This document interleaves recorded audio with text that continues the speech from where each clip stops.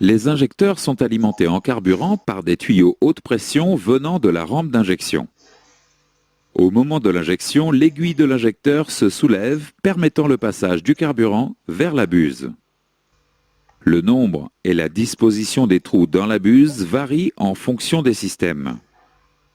La lubrification des pièces mobiles s'effectue par le passage d'une très faible quantité de gazole vers le circuit de retour.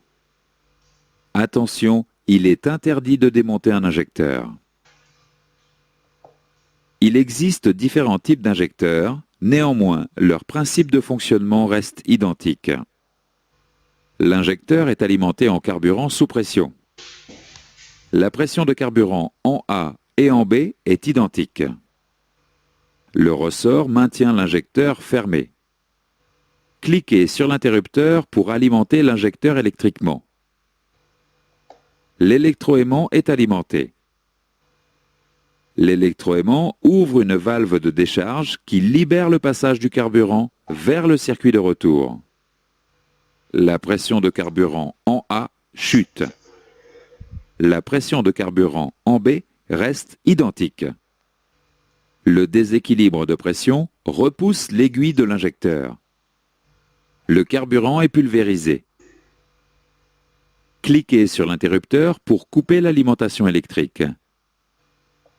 L'électroaimant n'est plus alimenté, la valve de décharge se referme. La pression de carburant en A augmente et s'équilibre avec la pression de carburant en B. Le ressort ramène l'aiguille en position fermée. L'injection est terminée. Vous pouvez cliquer sur l'interrupteur pour ouvrir et fermer l'interrupteur.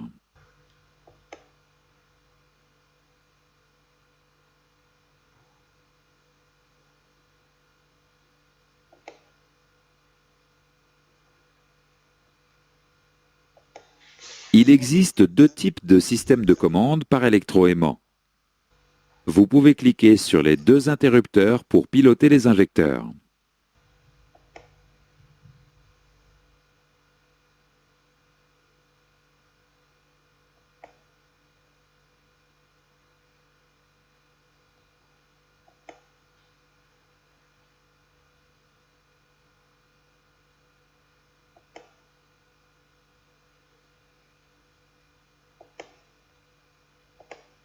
Certains injecteurs n'utilisent pas d'électroaimant mais un actuateur piézoélectrique. Le fonctionnement reste cependant identique. Cliquez sur l'interrupteur pour alimenter l'injecteur. Sous l'effet de la tension, le volume de l'élément piézoélectrique augmente. La valve de décharge se déplace et crée une fuite de carburant vers le circuit de retour. Cliquez sur l'interrupteur pour couper l'alimentation. L'élément piézoélectrique se décharge et reprend son volume initial. La valve de décharge se ferme. Vous pouvez cliquer sur l'interrupteur pour ouvrir et fermer l'injecteur.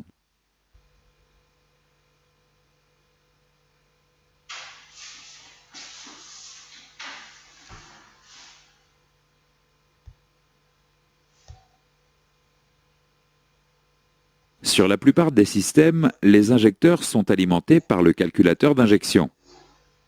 Il existe cependant des systèmes où l'alimentation des injecteurs se fait via une unité de puissance. Le calculateur d'injection envoie un signal correspondant aux injections souhaitées. L'unité de puissance alimente les injecteurs. Une ligne diagnostique permet à l'unité de puissance de confirmer au calculateur l'ouverture des injecteurs.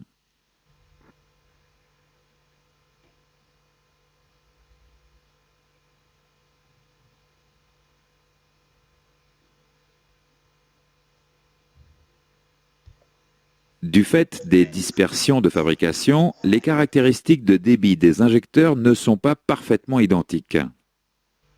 Ceci peut entraîner des irrégularités de fonctionnement moteur et une augmentation des émissions polluantes.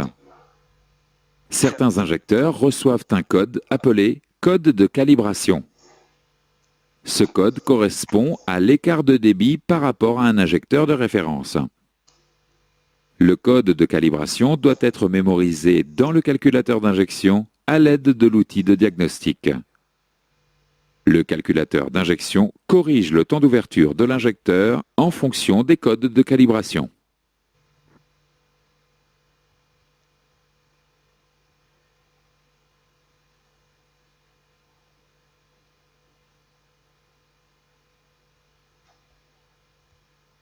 Sur certains systèmes, le code de calibration est remplacé par une résistance électrique placée sur le connecteur de l'injecteur. Le calculateur lit la valeur de la résistance et applique la correction lors de l'injection.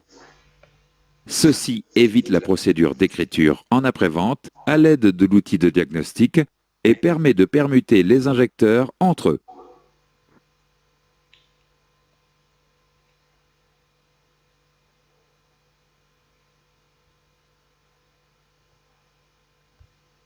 Le circuit de retour des injecteurs peut être équipé d'un venturi.